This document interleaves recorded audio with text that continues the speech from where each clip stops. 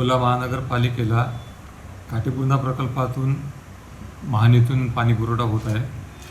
आज रोजी काटेपूर्णा प्रकल्पाची परिस्थिती पाहता 29% पाणी फक्त त्याच्यात उर्वरित आहे, शिल्लकचे आहे। 29% पाणी आहे आणि अकोल्याची जनसंख्या वाढती आहे। शहराचे क्षेत्रफळ पण दिवसेंदिवस वाढत आहे। तापमान पण शहराचं आणि शहराच्या परिसराचं खूप जास्त झालेलं आहे।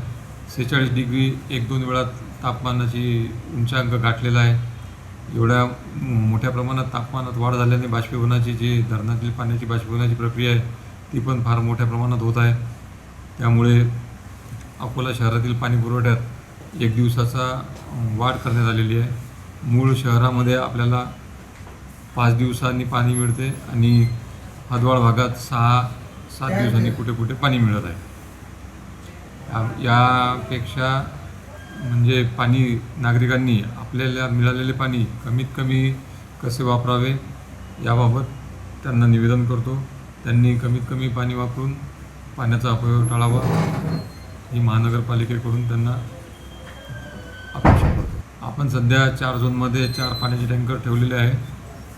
हदवाळ भागातीलच काही भागामध्ये जिथं पाईपलाईन कमकुवत आहे किंवा पाणी चढत नाही, उंचवट्याचा भाग आहे, अशा ठिकाणी आपण त्यांना पाणी मागणी केली, त्यांना कॉल आला आपल्याकडे महानगरपालिकेला, तर त्या भागात आपण पाणी पुरवठा टँकरद्वारे सध्या करीत आहे। एखाद्या एरियामध्ये काही तांत्रिक अडचणी आली, पाईपलाईन लिकेज झाली किंवा पंप खराब झाला, लाईट या भागातल्या काही टाक्या धुण्याचे काम सुरू आहे, ते टाक्या धुण्याचे काम असताना अशा प्रकारचे विलंब होऊ शकतो। परंतु नियमित वेळापत्रक हा मूळ शहरातला 5व्या दिवशी आणि हदवाळ भागात 6व्या किंवा 7व्या दिवशी। आता 5 दिवसाचा पाणी पुरवठा वाढला म्हणतो तुम्ही। आता 5 दिवसामध्ये यांना केव्हा पाणी भरायचं, काय करायचं? सकाळी 6 वाजता उठून पाणी भरावं लागत आहे। आणि दुसरी विषय म्हणजे यांच्या आपसात भांडणं सुरू आहे।